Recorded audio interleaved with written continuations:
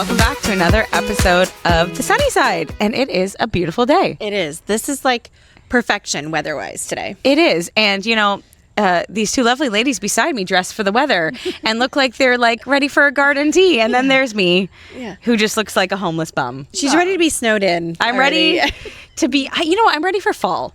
I love summer, but I just love like a good cozy sweat. Yeah. You know? That's okay. Sweat outfit. Yeah. Yes, not sweat. No. I actually have aversion to sweat. Like when somebody comes near me and they're sweating, I'm like, Don't touch me. Don't touch me. Okay. But, you know, here we are and these ladies look beautiful. And we actually have another Leah sitting beside me today. We do. This is like double Leah. Leah times two. That's right. We've got Leah O'Quinn. Mm-hmm. Yes. And she's our special guest today. We've both known Leah like a while. Probably through like church circles mostly, meet a lot of mutual friends. Yeah. And when we have thought of different guests, we've actually thrown your name around a lot because we just know that you've lived a really, like a life very full and you probably have a lot to share. So we've been talking, I think every time we've had, like we'll meet sometimes and make literal lists of like, what about this person? And this would be great. And I think from the very beginning, you're always on there. Yeah. It's easy with like Leah already to be like, what about a Leah? Yeah. Right. We can't have too many Leahs. No. Never. You can never have too many Leahs in your life. Although we do spell it differently. Yeah.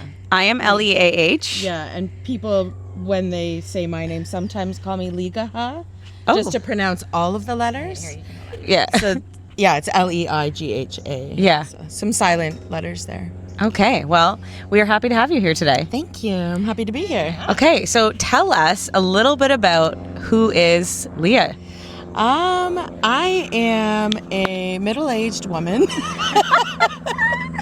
as we've been talking, who's been divorced, and the mosquitoes do love me. Okay. I'm a person that mosquitoes love. Okay. I was married for 10 years and then divorced and single mom for 8 years, and now I've just remarried for like the last year. So I thought you were gonna say for the last time. I was like, and last time. It is the last time. No. last time. I actually have said to Brad that like this will be my last time. Like I'm not doing it again. Yeah. Right. And only because like he loves me very well. So let's just end it there. Oh, that's sweet. It can't get better than this. I love that. True. Yeah. So, okay, there's so many parts of your story that we could go into because you have the divorce commonality, I think, with the two of us, being a single mom, which is commonality. Then you had a medical issue that was really crazy. So let's start first with like the divorce. So you're married, you have 3 little kids. Are you feeling like, do you see it coming? Are you feeling like maybe things are better than they really were, or did you see kind of trouble? Like how did that all happen? Like we dated for 5 years before we even married, and there were definitely I ignored red flags for the whole dating period, but there were definitely a lot of red flags. But you know, the same like you've said with your experiences, like, you know, I can help, like I can be a positive light in this life, and you know, and so that's where I kind of thought I would I thought that's how it would go, especially after, like, you know, when you're with someone for like a long time, like, you know, your positivity and your, you know, you can help in a situation where someone might not have positivity come easy to them, and so we got married, and then but when we were dating, probably like a year into our dating, I started getting like these really bad headaches, and I would like start losing my vision. Like I couldn't see sometimes, and I was really sick, like vomiting, so I started seeing a few different doctors, and they were kind of like, didn't really know what was wrong. It kind of had signs and symptoms of like a brain tumor, but there wasn't on CAT scans like any evidence of that. And sorry, how old are you at this point? 18. Oh, so young. Yeah. Wow. Yeah. Okay. Yeah. And then, I was put on like medication, and it was managed that way. I had to have this procedure done too that's called lumbar punctures, which is like I have a serious fear of. It's just like you get like a needle, which my mom has described as fairly large, into the bottom of your spine, where they take fluid out. Oof. So the problem I have is that like everyone has cerebral spinal fluid, like fluid that travels from like up your spine into your brain and back down and back and forth. But for me, it just goes up and it keeps building and building and building. It doesn't go back down on its own. Oh, wow. So I would literally feel this intense pressure in my head. Like I sometimes had thought like my eyes were going to literally Bulge out pop of out. here. Yeah. Like there's nowhere else for this fluid to go. Where is it going to go? Like, so then at some point in my marriage, I think when Vinny was like, my oldest son was 1, I had to go in for surgery and get a shunt put into my back.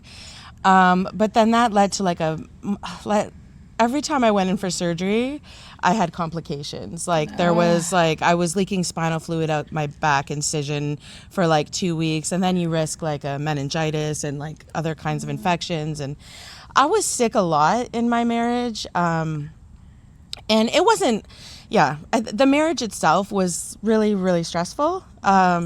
This just like, my ex-husband was what counselors had described to me as a narcissist, which you've talked about in your past. And it just, it was a very complicated, like difficult marriage. I was like a single mom already in the marriage. Like he had his own life, played in a band, played hockey, was gone like, several nights a week. I was with the kids. I worked very part-time, but then I was also sick. So there were financial struggles in our marriage the whole time. And like, he was doing things with money I didn't know about. And so and being sick, being sick in a marriage in general would take a huge toll. Whether we've talked about like if it's a child that's sick or a spouse that's sick, but if you're already feeling like that disconnect relationally, and then you need extra support, and if your husband's not even able to meet like sort of the regular bar of like being present and helping to pitch in and being a team when you're sick, what does that look like? Is that just, was he able to kind of step up and care for you, or was it just like you felt like you're on your own, or just relying on family? I think like my parents, amazing, incredible help. Like my dad was also going through, like, he had a lot of heart issues and surgeries around some of the time that I was having some surgery. So my mom even says, like, I don't know. This is like kind of like supernatural. Like it's only by God's grace that you can survive some of that stuff, because she would be like caring for my 3 little kids.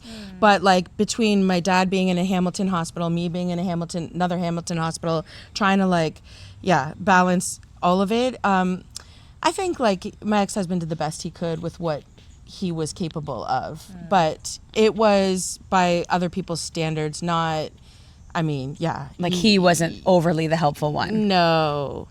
I mean, we would have like church families, like life groups come and like clean our yard and like do other things. Like there was, there were a lot of blessings in like the very difficult times, which I learned was a big thing to kind of hang on to, because if you focus on like the terrible things, oh my goodness, it can kind of tear you apart. But if you take a minute to stop and look at like, okay, God is still here. There was a time when he left, and we ended up losing our house that we lived in, that we owned. Like left your left the family? He left the family, He was like, I'm not staying anymore. He left. I tried to get him to stay, but he was already checked out. Like he didn't want to. So, and he was with someone else at that point. At this point. Yeah. Okay. So it was, So then that's part of the marriage, like infidelity. Yeah. And sorry, going back, I don't want you to forget that point. So hold it. You... Just so that we can follow a timeline here. So you were 18 when you were dating, first had the diagnosis or whatever, the headaches. And now you're married with 3 kids. And so your surgery, how old were you for your first surgery? If your son was... I would have been 24. Okay. And you're married for how long at this point? For a year, 2 years. Okay. And so I had a series of surgeries. Like it would be like they put the shunt in. The things with shunts is they can't be tested before they're inserted into a human. So they can fail. And if they fail, you have to have a revision surgery, which is just the surgery all over again with a new shunt. Oh my goodness. And so I had I sometimes would have like the shunt would get, the tubing would get blocked. So they'd like cut here and cut my stomach and take the tube out and put a new tube in. And then there was a period of time, I think I would have had all 3 kids at this point. That I had to have, because the one shunt wasn't working enough. I was still too much fluid, and like I was risking losing my eyesight permanently, which cannot be undone. So they were like, we need to go to the source of the problem and put a shunt in your head. So they cut here, put a shunt in my brain, and had the back one. Oh my goodness.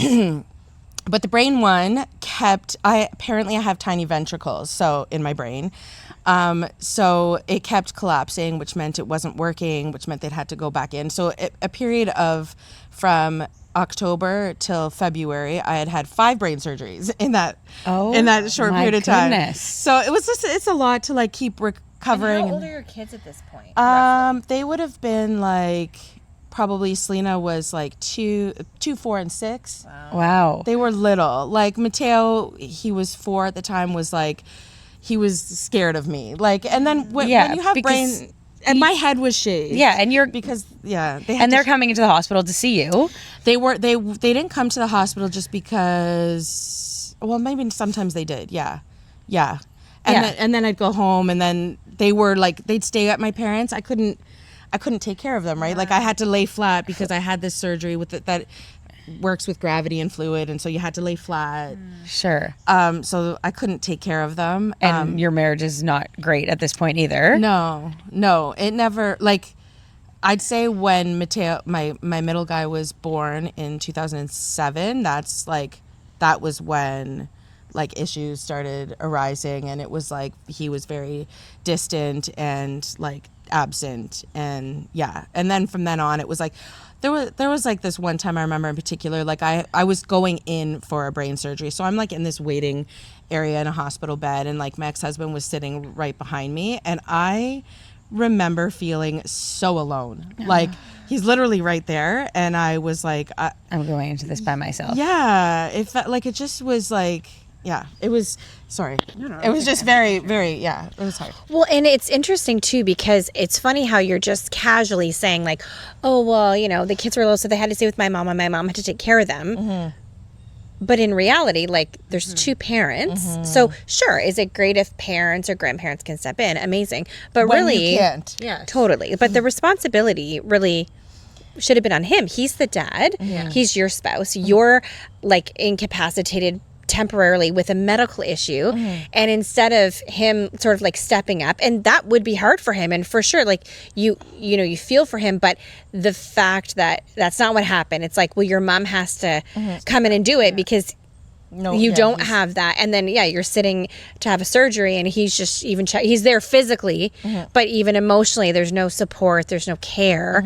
Like that's a sad reality that I think a lot of women actually live, right? Like we've heard those stories where it's like you're married, but the person's not able to actually be there for you. They don't support you. They don't take care of you. Like mentally, emotionally, they're not checked in. So you do feel like I think you said it, like you're basically a single mom before you're on paper a single mom. So that's where a lot of times the transition, it's not that hard, sadly. Like it should be like devastating. Like you're a single mom, everything's different. You're down a person.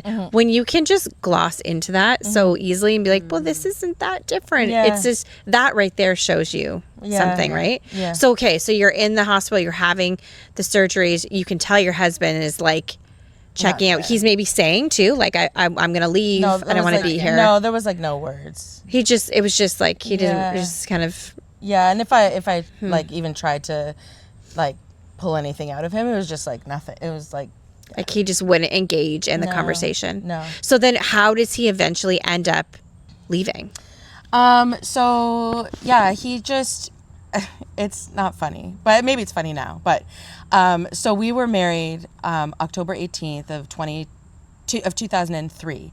On October 19th, 2013, I was at work early in the morning, and I got a text message saying this isn't working. And this is just how our marriage was, and I was like, what's not working? No response. Like the washing machine's not working, the fridge isn't working. I start giving like what isn't working, and then I get our marriage. Oh wow. And then I was like, oh my god, like what? Like I'm at work right now, and I'm getting a text message the day after our 10th wedding anniversary that this isn't working. On the day of our 10th wedding anniversary, he wasn't home either. It was a Friday night, so he was out, which was typical. But, you know, sometimes you'd be like, okay, maybe this, like, one time, like, he'll be home because it's a special... And I think something that I can, because I can relate to this, something I've always thought about you is, like, you know that thing where they say, like, your greatest strength can be your greatest weakness? You are a very, like, positive and easygoing. Like, you're not one that gets, like, offended or upset too easily. You're just kind of, you can let things roll off your back and you just laugh through it and, like, oh, it's fine, which is an amazing quality. But I think with the wrong person, that can be taken advantage of because probably at so many points where other women with a different personality maybe would have like been like, no, you're going to sit and answer some questions and you're going to help me and where have you been and you can't be this checked out. Like you're trying to just be like, well, it's fine, I don't want to bother him and no big deal, I can do it on my own, and like those kinds of things where it ends up being like a negative. If you're with somebody who doesn't like see that as something that's a value of like, wow, this woman's amazing because she's like super easygoing, she's not breathing down my neck all the time, makes it easy. Yeah. And then but in like, well, I guess what I'm saying is a man with good character would value that and appreciate it and not take advantage of it. But if you get paired with somebody who's like, oh, this just basically means I can have free reign to do whatever I want and I can dump it on her and she's not going to say anything and I can not show up and she's not going to say anything and I don't have to celebrate our anniversary or her birthday. She's not going to say anything. And it's hard because it actually takes advantage of a really strong quality that you have. And I feel like probably just, I'm sure that happens to you in other relationships too, because I do think people with that personality can be easily taken advantage of. And it's really hard to change if you're naturally like that. It's hard, even if a counselor's like, you got to have better boundaries. You got to, and you're just like, okay, but if it's not your natural disposition, it's hard to be like, but I'm genuinely not upset about this. So what am I supposed to be upset? Yeah, they're just coming after your sweet blood. But anyway, so I guess I'm just thinking that listening and knowing a bit of your story pre this conversation, wondering if you were able to do it for 10 years. Probably women with a stronger personality, you wouldn't even made it 10 years. They would have been like... even found someone like totally. that, right? They wouldn't have been attracted to someone. Yeah, that's very true. Yeah. Like you've said, the preying on kind of like, you know... softer spoken. Like almost like not weaker, but he would have sought out to find somebody with a not meek in a bad way, but like I just picture my personality. There's no way in hell. No, I would have been like, nah, you can get home and make me something for our anniversary. Like you know what I mean? But it is like Pam is saying, it is a like your greatest strength, but paired with somebody that, you know, it's almost like preying on the vulnerable a little bit. It doesn't feel very good. Yeah. No. Yeah, it got me into trouble a lot, I guess, with that situation, just because even like after we're already separated and like, you know, you'd think then maybe you'd build up enough in you to be like, I'm not putting up with this anymore. But it took me so long even after the fact. And yeah, I just remember one story in particular that really like it hurts me every time I think about it, but just because this was the way the situation was, like when he left, the first 2 years he didn't really see the kids. I had to like try and reach out and be like, do you want to see them? But then when he was with this girlfriend that like they wanted to pay less in child support, so they were like, we need to have the kids like half the time. Yes. So it took me like 9 months of praying, and like I had family meetings with like my grandparents, my aunt and uncle. My uncle was a pastor at the time, and like my grandparents, and we'd like pray about it, and like because I'm like, you know, you want to do what's best for your kids, yes. And it's hard when you're in like this state of like devastation and hurt and your own anger and all of these issues. Like I got to make sure I make the best decision for them, not for me or what I'm feeling right now.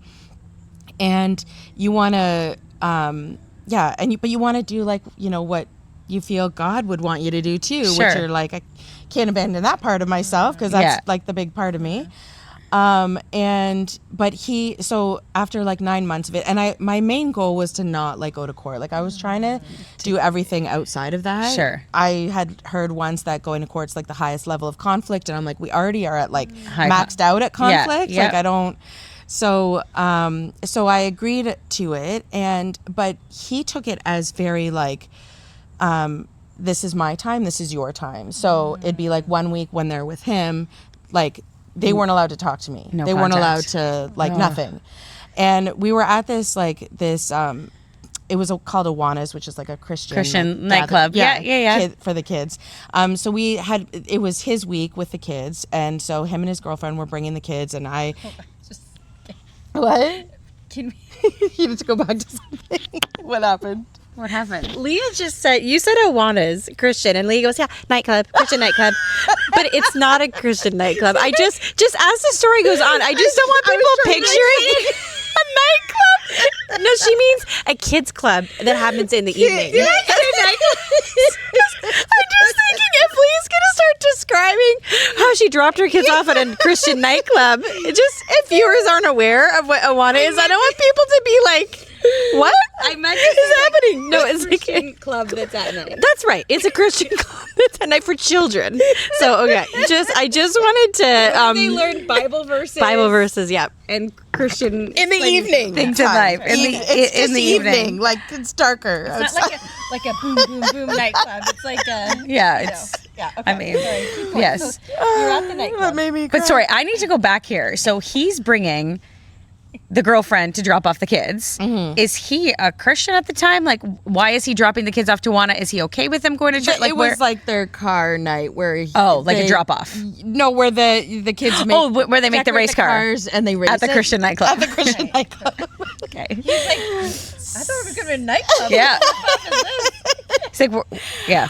Yeah, I mean his journey with God would be for him to Figure out. say or whatever. Like I don't know. Sure.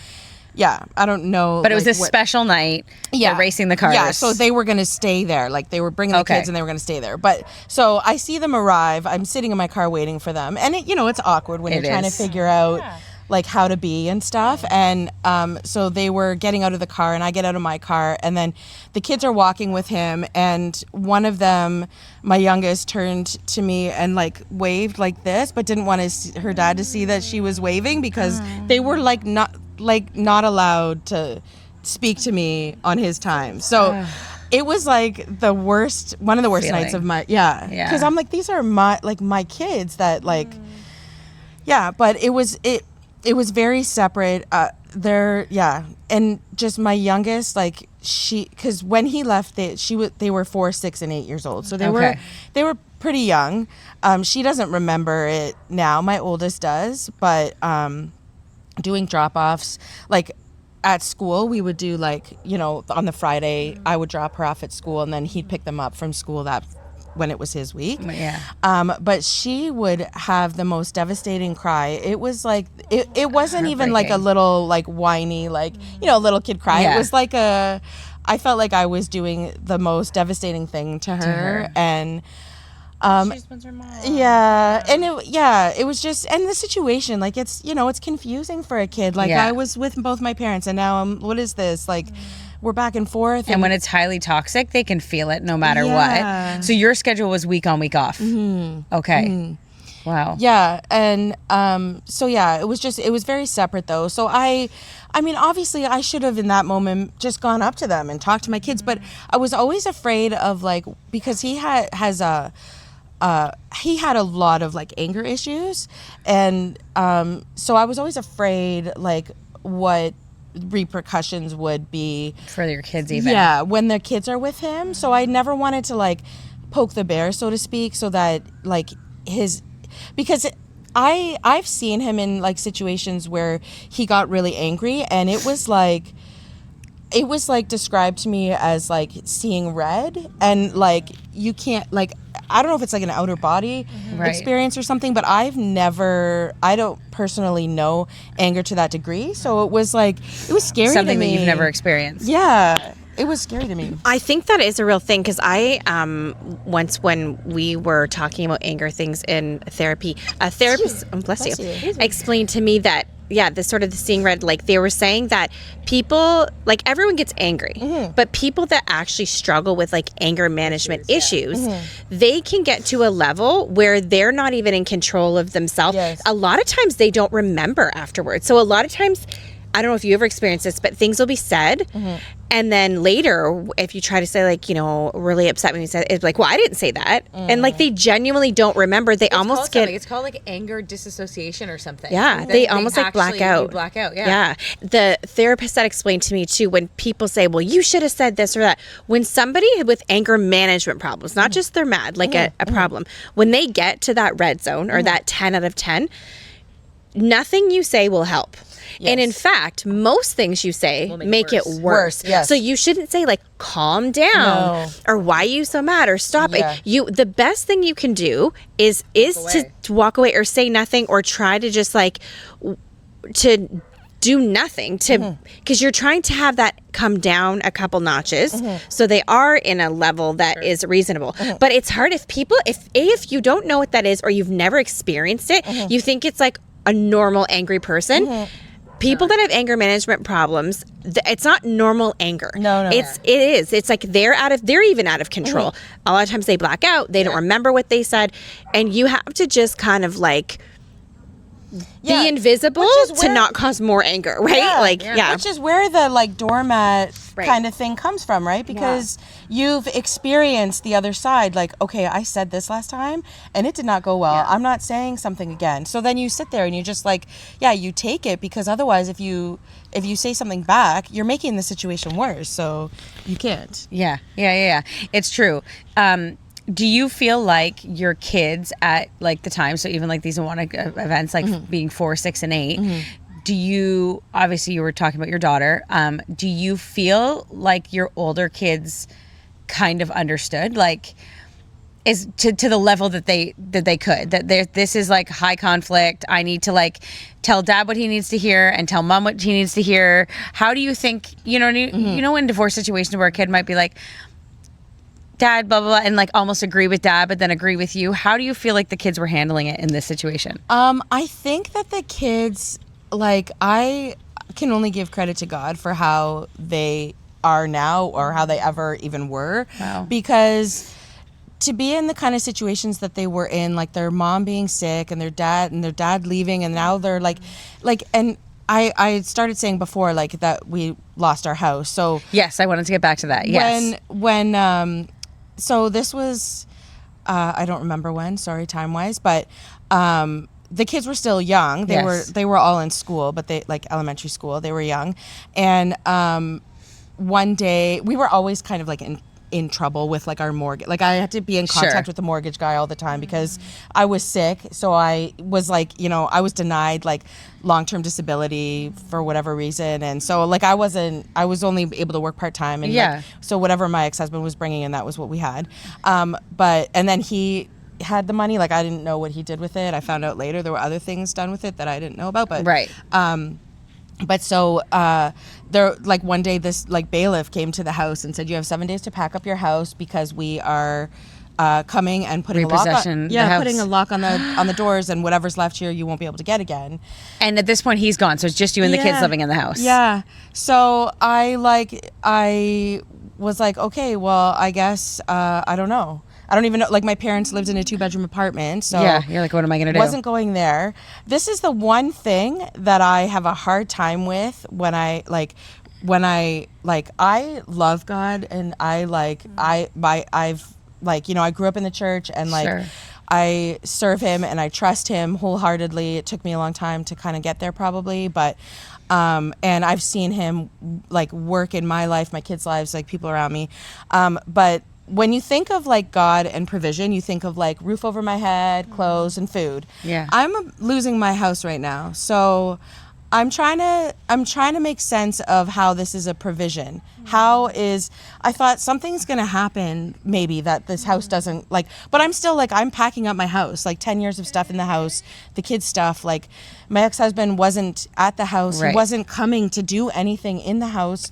And so you're doing it by yourself. I had friends and like my family help, but my mom and my sister were like, just like throw all his stuff on the front lawn. And I'm like, what would that look like to the kids if they come home from school and their dad's stuff is all over Yeah. the front lawn? Like, You're like, I'm not doing that. it's like the one thing my mom like tells people about all the time, because she's like, I can't believe she like was able to do that, because I would have just like like I put his stuff like downstairs in the basement, like packed whatever you want to come get, like this is your stuff. Which even that takes a special person that you were able to it was pack God, it not up me, and yeah. Well, yeah, and so I ended up getting like a 10 by 10 locker, and anything I could fit in there, that was going to be our stuff. And from that, like there was a family friend who they were going to take me and the kids in for like a short period of time until I could, like, I wasn't working, like I was working part-time. I'd been sick. I'd been like, I don't have, like, I had nothing. Like, so yeah, we had to leave like all of the like bigger furniture and whatever at the house, because like I couldn't fit that in a 10 by 10.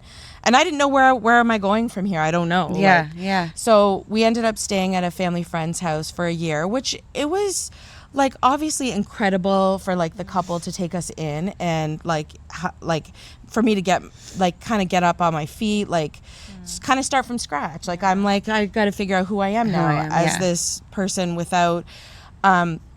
If you back up a little bit in that story, I 4 months after my ex-husband left, I was like, I'm joining a gym. Like, you know, that's when you want to care about yourself. Like, I didn't like who I was. Yeah. And I didn't like who I was. So I'm like, I'm going to join a gym. It was like this all women's gym. And I was working out and doing like this HIIT exercise. And one day, 4 months after he left, I like had some fluid leaking out of my belly button, which was like weird. So I go to like the doctor. I worked for a doctor. I went to her at the time. She was doing like a clinic. And so she swabbed it and she covered my stomach with like a bandage and sent me home. And the next morning I wake up and I take the bandage off, and there's a loop from one of the tubes of my shunts. I had the brain one and the back one at the time. Was sticking out of my belly button. What? And like the actual tube? Actual tube. Was coming out of your my belly button. Yep, a loop of it was out of my belly button. So I was like, this is not good. You risk infection, like meningitis and whatever. Like you can't have spinal fluid coming out that's open to the air. Sure. So immediately, like I go see my family doctor, who's like, you need to go right to Hamilton. So I went to Hamilton, and while I'm in the ER, they put like this big bandage over my stomach, and you could literally see it filling with fluid, like you're sitting there. As I'm laying there in the hospital. They had to like call a specialist to come in and whatever. And while I'm so that I ended up in the hospital for 2 months at that time, because I did get an infection in my spinal fluid. So you went, because I know that people are probably, so you end up in the hospital for 2 months. Your ex had just left 4 months prior. So where are your kids at this point? My parents. With your parents? Yeah. Because at this point he wasn't seeing them a lot. No. But are you like, sorry, I'm gonna let you go on with the story, but like, are you like panicking or freaking out? You're like, I'm in the hospital, my husband just left, I have 3 little kids. I mean, I had to honestly like give it to God, because what do you do like when you're like, you know, we had the house, I think at that time. It wasn't till like a few months later that house incident happened where they were taking the house, because I was home, I wasn't in the hospital anymore. Yes, because that's another story. I don't know if I should tell that one. Go on. So while I'm in the hospital, I get a text from my ex-husband saying, just to let you know, I'm at the movies with some girl with the kids, like letting me know that. So I'm feeling like, do I need to be here anymore? Like what? Like nobody, like they've moved on. They're having fun. They're at the movies. I'm laying in this hospital bed. I'm sick. I've like nobody, like nothing. No, like. Yeah, it was very devastating. And then like a week later, my ex-husband asked if I would like co-sign a loan for him, and because he was in trouble with some like credit cards and whatever. And I'm like, it's been 4 months since he left. I'm still like, I guess in the patterns of like, well, I have to help him. Like he's asking for help. I had initially said no, but he doesn't take no and keeps like.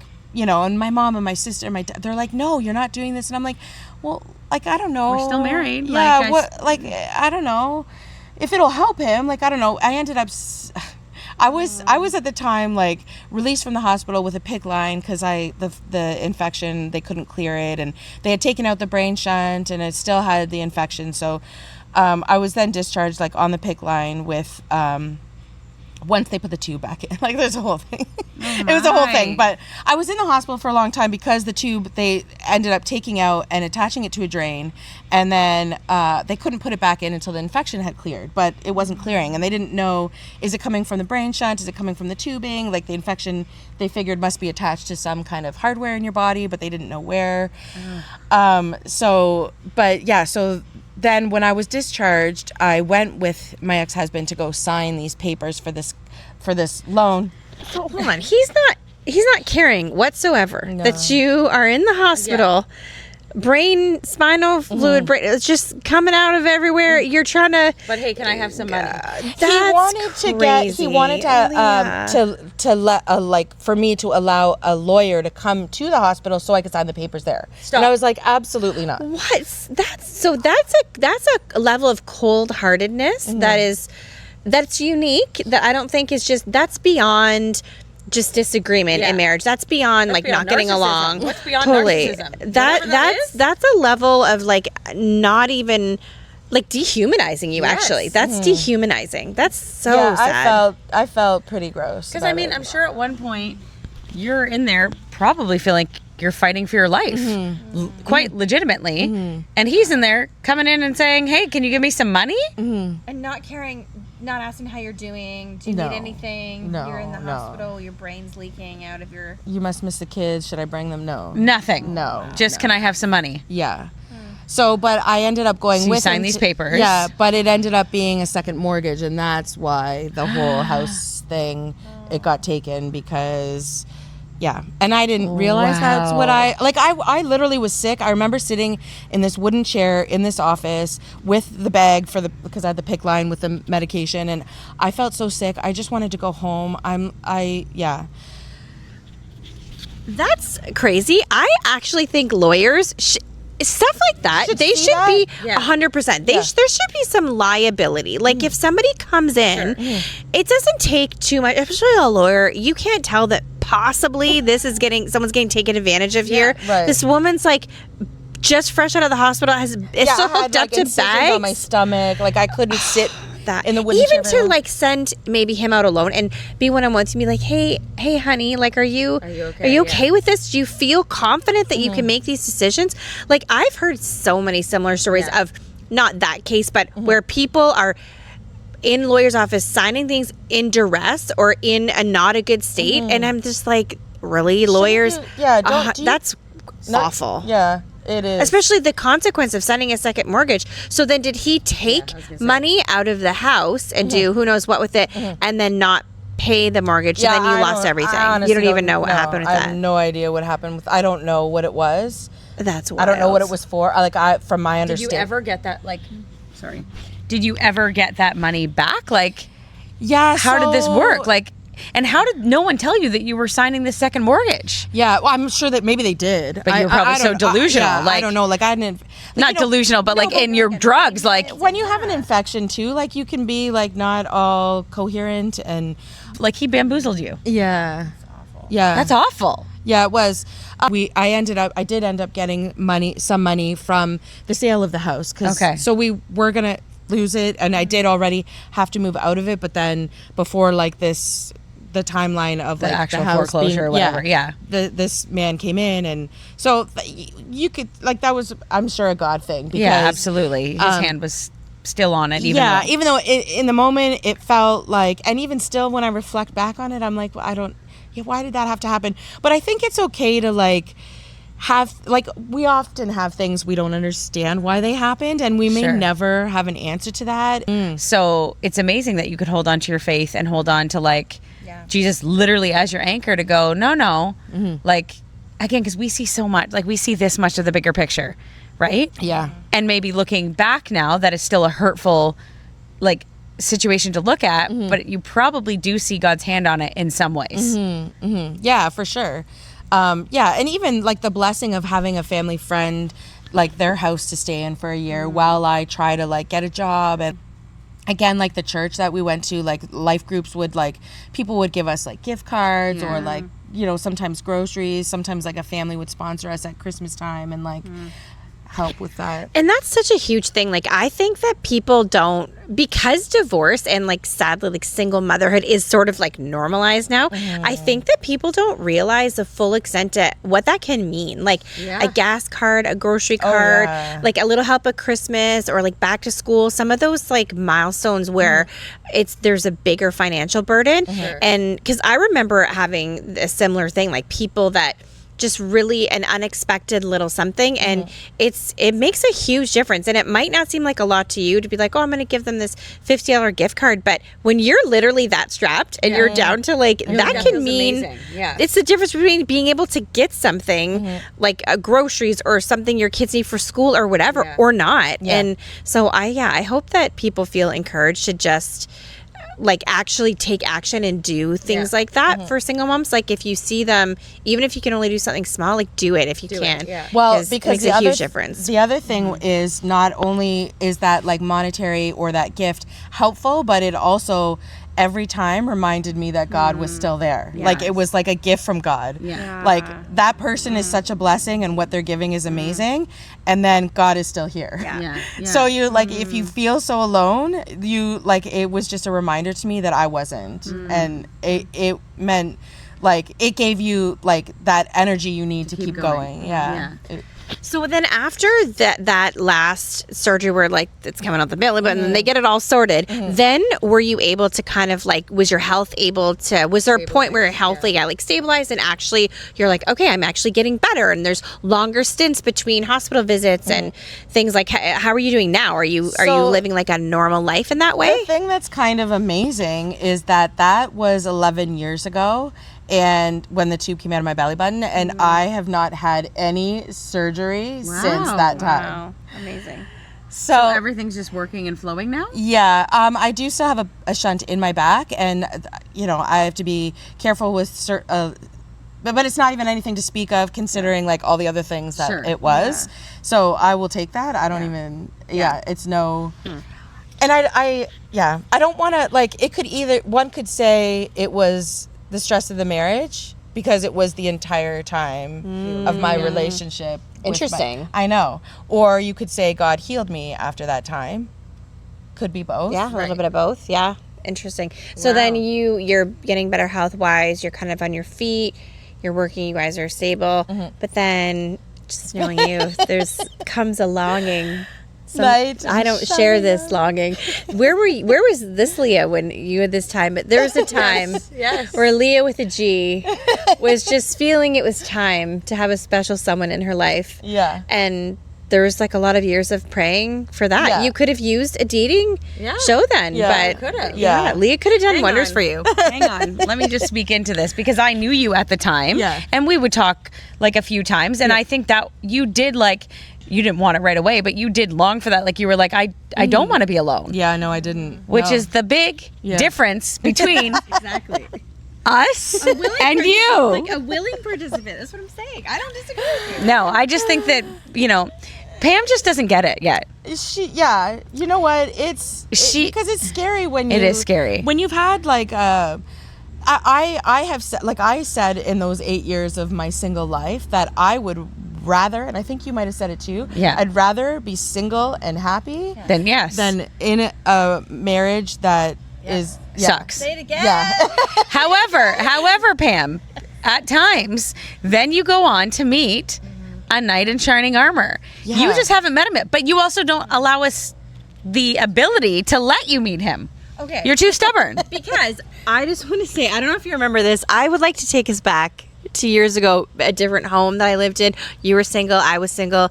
I remember having a night of a bonfire with another single friend who we will leave out of this conversation because she isn't a given person. She knows who she is. And I remember sitting and sharing stories of laughing the hardest I've laughed in a long time because the two of you were sharing stories of your online dating like mishaps and the quality of what you were finding was alarming, and the Yeah. situations that were happening. I remember laughing so hard, being like, "You guys are lying. This didn't happen. He didn't say that. That he didn't do that. These things did not ask happen." you to do that. And it you're happened. the reason she It's won't true. do this. And then right there, I was like, Leave I us am to missing blame. 0 things. I'm missing nothing except a Yeah. whole lot of headache. Yeah. So I feel like, and you ended up finding your love a different way, right? So Yes. So Yes, I insert. was on like these dating apps that I ended up. It didn't matter if it was Christian or non-Christian. You were getting the same type of person. It didn't matter what my profile said. Like I was saying, I am like looking for a born again Christian, and then I describe what that means to me, and still you'd get.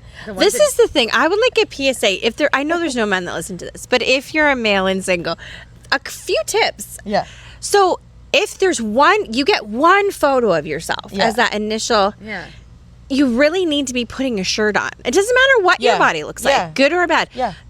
Why there's no clothing Yeah. in these photos? Yeah. I don't understand it. Yeah. It makes It's you because feel your tummy hurts. As a woman, when you look at it, you go, "Oh, where's your clothes?" Really? Oh I'd yeah. be like, oh, that's no, nice. no, see, no.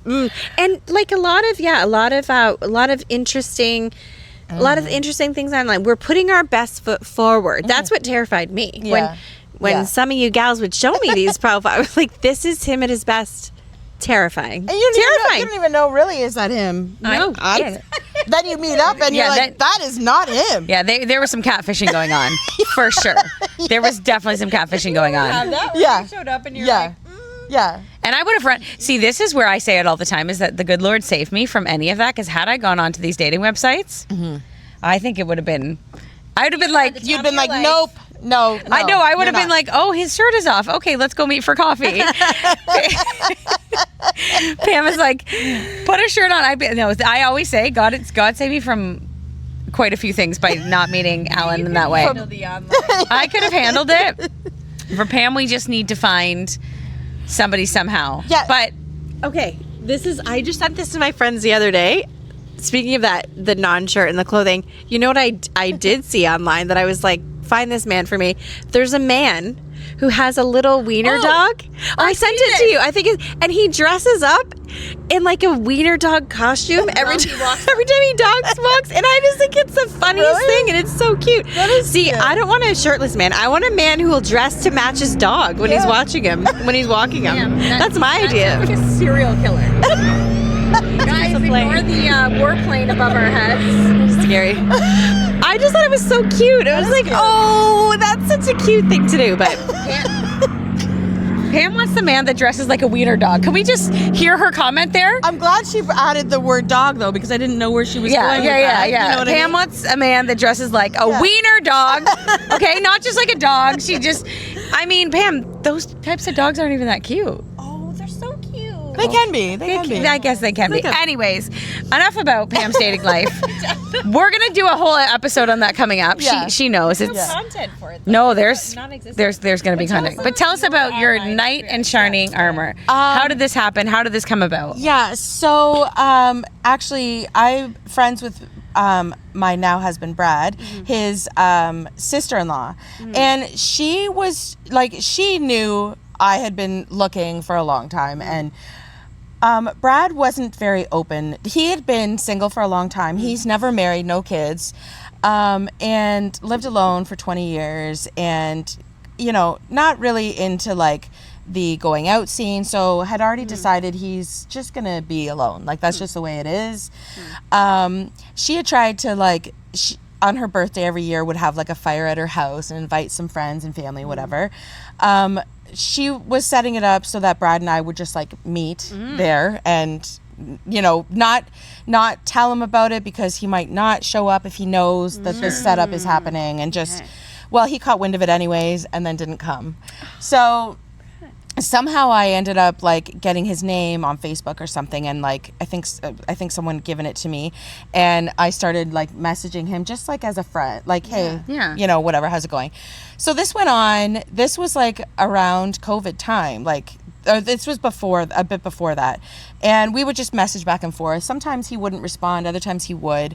I had asked 4 times 4 times. Wow. I'm relentless. 4 times if we could meet in person, because you never know if you'd have like sure. an attraction. Yeah. Like, you seem like a nice guy, like on Messenger, but we've been talking for like a year now. Can we meet? Can we? A year? year? Yeah. No, he did not want to meet.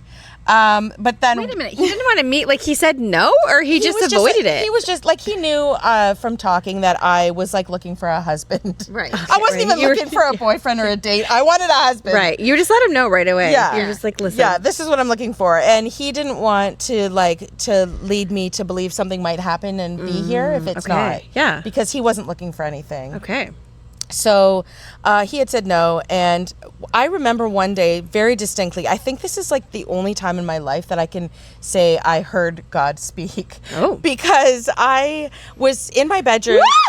Whoa, that was big. That was like a giant It mosquito was or something. a big bug. Whoa. You okay? We're good. Okay. We're good, guys. So I was standing in my bedroom, and this had been like the 4th time I think that I had asked Brad if he wanted to meet, and he did not want to. So I was like, you know what? I don't need another friend. Like, I'm trying to find a husband. Like, you know, I think I'm going to stop talking to him, because I'm putting like, I don't also like dating around. Like, I will give my energy to like one. Yeah. I don't want to like date around, or like, I've got little kids. Like, I'm, you know. And you're like a year deep in this. Yeah. You're like, So I'm like, you know clock's what? ticking. I don't need another friend. I'm not. So I decided I was going to not talk to him anymore. And I heard God or the Holy Spirit or whatever say, maybe stop trying to find a husband in him, because maybe he needs a friend. And I was like, oh. Like, I actually argued with that for a bit, because I'm like, but I don't want to. Yeah. Like, I don't. But then I was like, okay, well, yeah, I'd like maybe take myself out of it for a minute. Like, maybe he needs somebody. This now was COVID, like 2020, you know, and like isolation and things for people were happening, and someone that lives alone, it might be even worse, like, you know. And so so then I was like, you know what, okay, I guess I should stop trying to find a husband in him and just be a friend. Like, there's no reason why I can't. And so that's what I did, and we continued to talk. And then one day in September, so you know, COVID started in March, this was now September of the same year, I again had just said, like, you know, he was saying he wasn't having a really good day, and I'm like, well, do you want to, like, maybe we can meet up and go for a walk? Like, we had never met yet. And how long has it been now? A year and a half. Like a year and a half. Yeah. Oh my goodness. Yeah. Okay. Yeah. And he was like, yeah, okay. And I was Sorry, like, but hang on. You've seen a picture of him at this point. yeah, there was one. There was one of him on Facebook with him and his dog. Okay, so you So did it wasn't clear, yeah. but yeah, it was like a black and white, like antique looking photo, and Okay. whatever. I couldn't tell for sure, Sure. but like, I've seen him, but you still don't know Yeah. until you're like, you see, you There's know, like a presence. Yeah, like Yeah. how do we can like So yeah. you try for the 5th time. Yeah, this might have been the 4th, maybe. Okay. 4 or 5. Either way. Yeah, whatever. It's more meet than it's. Yeah, it's. I was persistent, but so then he had agreed to it, and then I said, okay, well, I'm gonna be like hungry after work, so maybe like I'll meet up with you after dinner, and then he's like, well, I'll be hungry too. Maybe we could just go out to eat, and I was like, whoa. Whoa. Okay. Things Okay. are picking up. This So is like a you're real like- date then. Yeah, so you're ready to. Okay. So then we met at. Oh, like, I love that. He was so slick. Oh, I'm hungry too. I was hungry and I'm hungry. Let's meet for dinner. Okay. Hey. So we met up at like, we were going to Port Dalhousie, but we met at like this plaza before Port, because whatever. And it was weird because I was like, I don't like, am I gonna recognize him? Like, we'd not Right. met. That's so true. Yeah, I didn't know. Like, and do I ask him what kind of vehicle he'll be in? Like, is that weird? I don't know. Right. 'Cause Sure. I felt like we were friends because we Yeah. had been Yeah. like talking but I don't know you. And did you feel like you had to be extra nonchalant knowing that he might be worried that you're going to just like pounce on him to be like, oh yeah, I had nothing to do tonight. I was okay to I be don't know. myself. Okay, still, okay, that's because good. that's the way I am. Yeah. So I don't want someone to. You didn't feel like you were going to like scare him away because he's Maybe, so but adverse if to you seeing him in can't person. handle- I just have Good to for be. you. I have to be Okay, me. good. I don't know. I like it. So and I could tell from the way that we were that I'm probably the outgoing one. He's Yeah, not, sure. you know, maybe a little more introverted. So, this truck pulls up and I'm like, I think that's him. Do I get out of my car? Like, I don't know. Like, we didn't even decide like who's going to drive down there to Port. Like, so I get out of my car and I'm like, so do I just like, should I come in with you? Did you come knock on the window and could just be like, Yeah, I don't. hi? Are you? Oh, you're not. I'm the same here. guy? No. No. We weren't talking. Oh, okay. Yes. You got the picture for reference. Yeah. Yeah. I think You're like, that's is this him. you? I can't tell behind the antique photo. Yeah. So what do you do? So I get in the truck, and it was the right person, thankfully.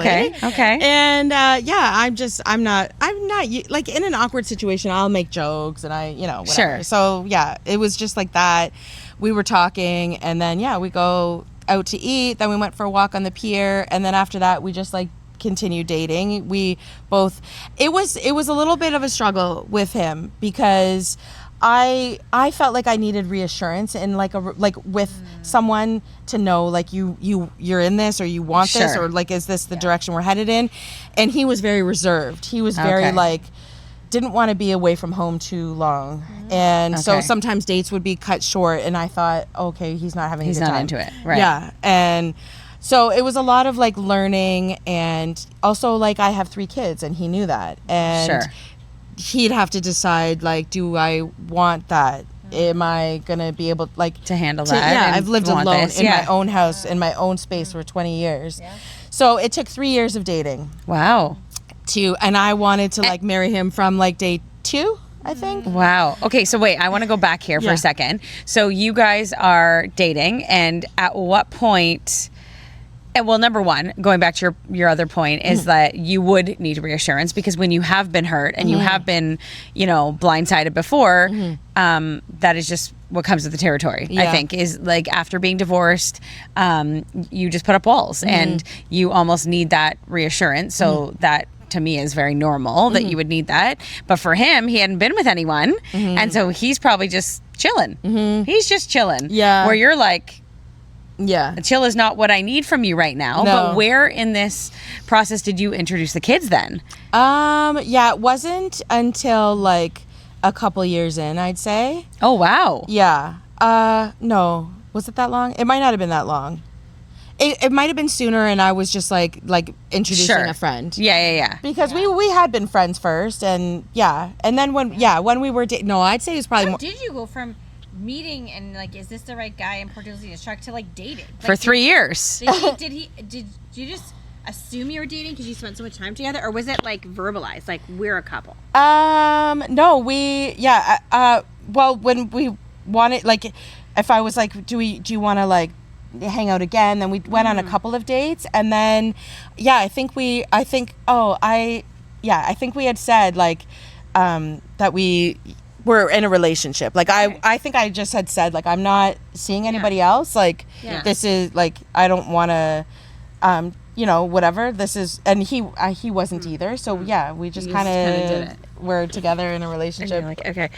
Well, and I mean, you knew he wasn't seeing anyone, because it was like 2 years of you asking multiple times to be like, are we, can you see me? Yeah. So I'm curious, when you did meet in person, obviously there might be a little initial awkwardness. There always is that. But did it feel like, okay, there's good chemistry also in person, the same as online, or did that have to build? Clearly, Like, date 2, she wanted to marry the No, guy. it felt very comfortable. Like I felt like I knew him. Like obviously there were things I still needed to learn, but I felt like I understood him, and like, and I just felt like everything had kind of fallen into place, that this was like God's redemption in my life. Wow. I didn't want to put so much on him in that, but that's just what it felt like to me. And I'm okay to be wrong, and I'm okay to like, I'm okay to be hurt, and I'm okay to like, I've been hurt, so I'm not afraid of that.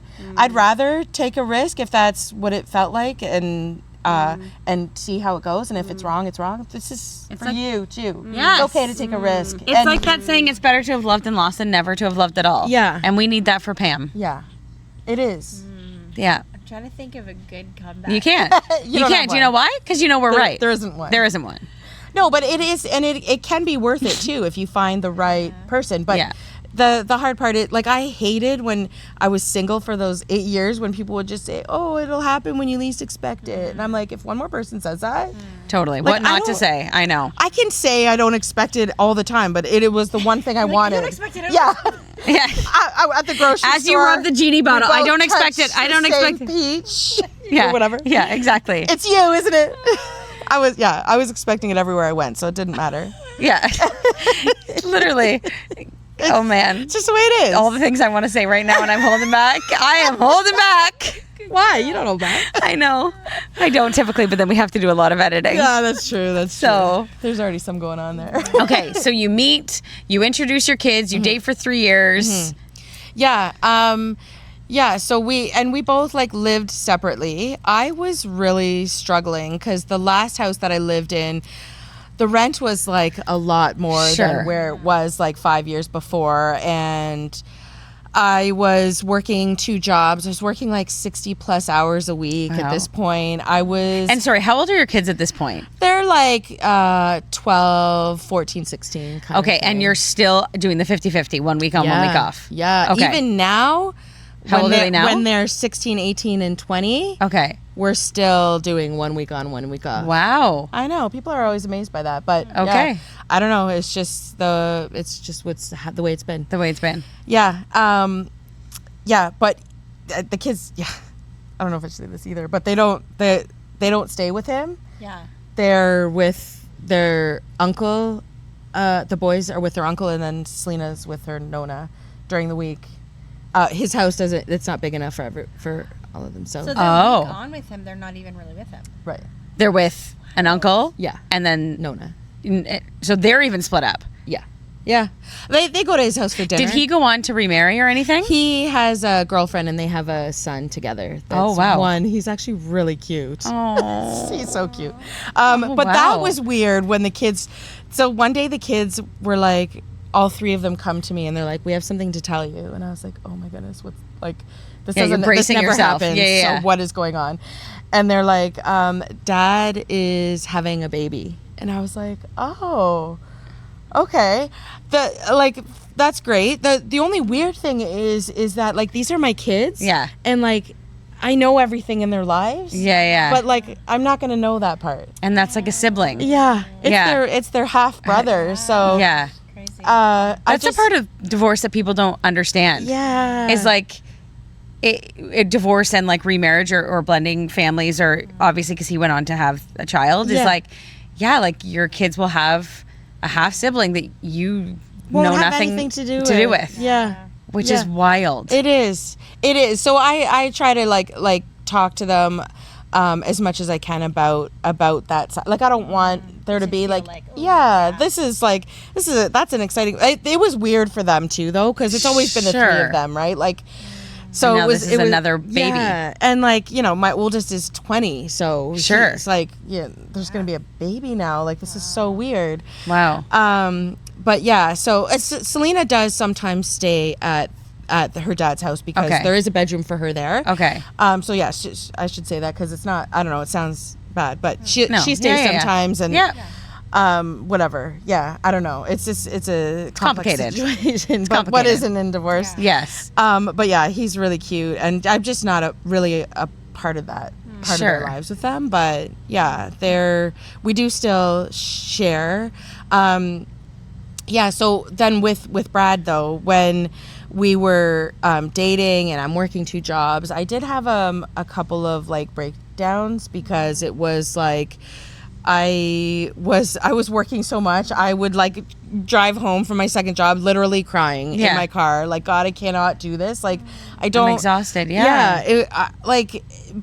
I'm in both jobs. I was with like people all day long. Like it was a lot. Like emotionally, it took its toll. I was so.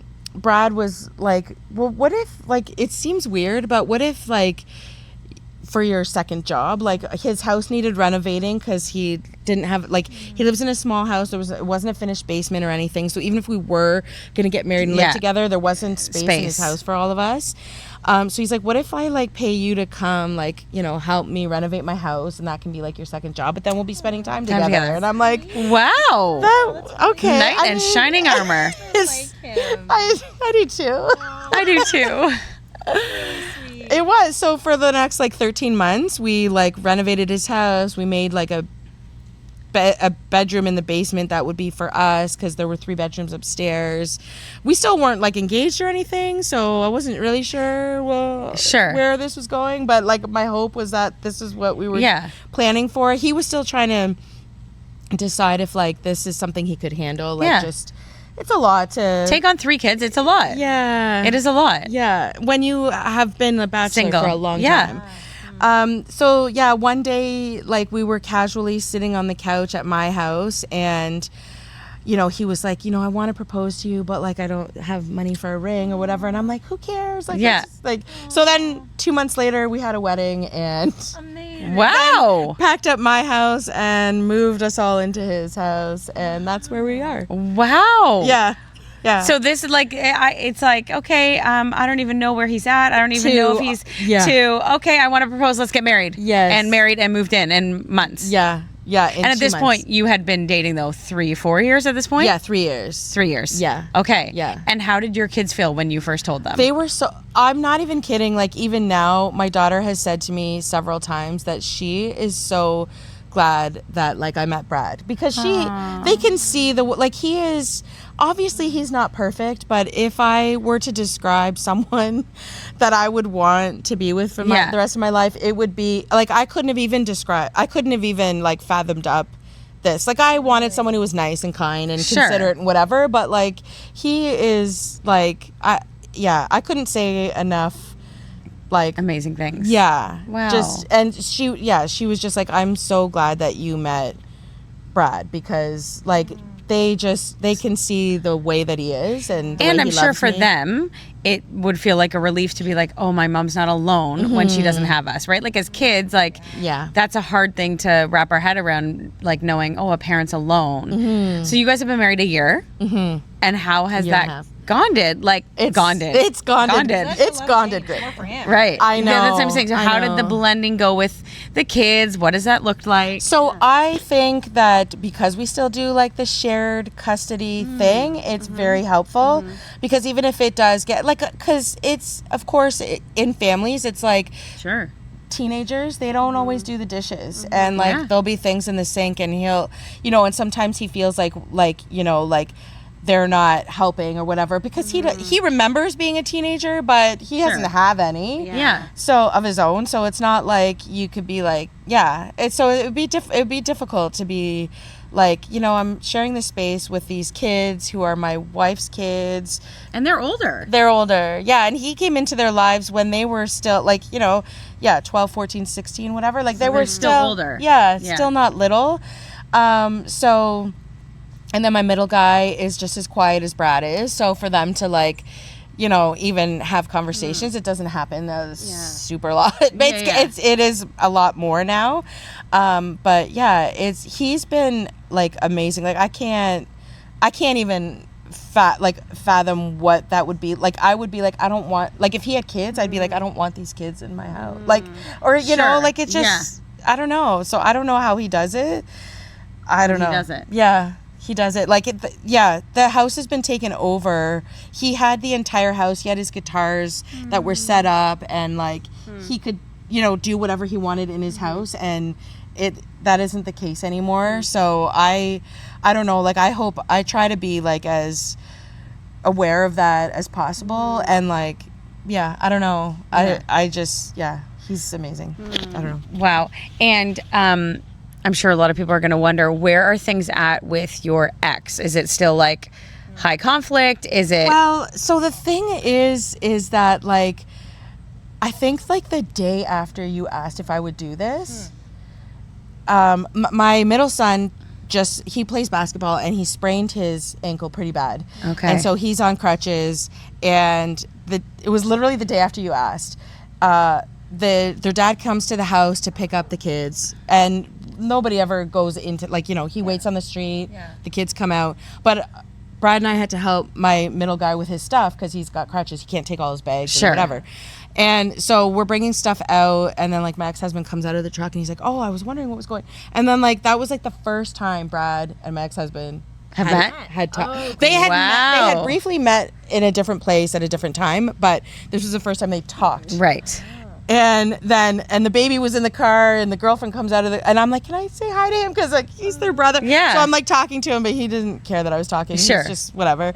But then after that, I was like, should I do this? Because like this is the first time we've had like a not conflict thing, and I just didn't want there to be any issues. Yeah, because I remember you guys had said you got some backlash from your Oh yeah. But I'm like, you know what? This is your story. This is my story, and I'll tell it how it is for me, and that's all I can do. Sure, And absolutely. I prayed about it, and I was like, if it's something that offers hope to someone, because like, sometimes there is like a time when you're like, maybe you believe in God, and you're like, but I don't know if you're really there. Yeah. And like, but if you can find it in little things that are blessings around you, rather than like focusing on the hard things, then Sure. I'm like, that's maybe something someone would need to hear. Yeah. And I do feel like that you've done such a good job at finding the sunny side between like, oh my goodness, hospital visits and surgeries and bed rest and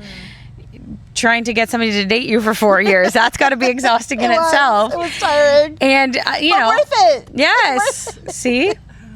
Right? And it is a lot like dealing with high conflict exes, even though eventually sometimes it does get to a better place. But and that will be, it's kind of like the true test to be like, okay, where are we at? Because really they shouldn't get upset with us for sharing our stories, because it's part of our stories. Yeah. But it does feel nerve-wracking, but thank you for coming on and being vulnerable, because I think you did a great job sharing your story and finding the hope in the midst of, I would say, kind of hell on earth, especially for those years of little kids and surgeries, and you found your happily ever after. I know. It's amazing. Yeah. Wow. Oh God. Thank you. Wow. Well, thank you for coming on. Thank you. And thank you for sharing your story. Yeah. And I hope that you feel a sense of relief just knowing that it's probably going to help so many women. If it does, that's all that matters. Yeah. Yeah. And then we're going to talk off camera about Pam over here. Yeah. Oh, I have somewhere to be.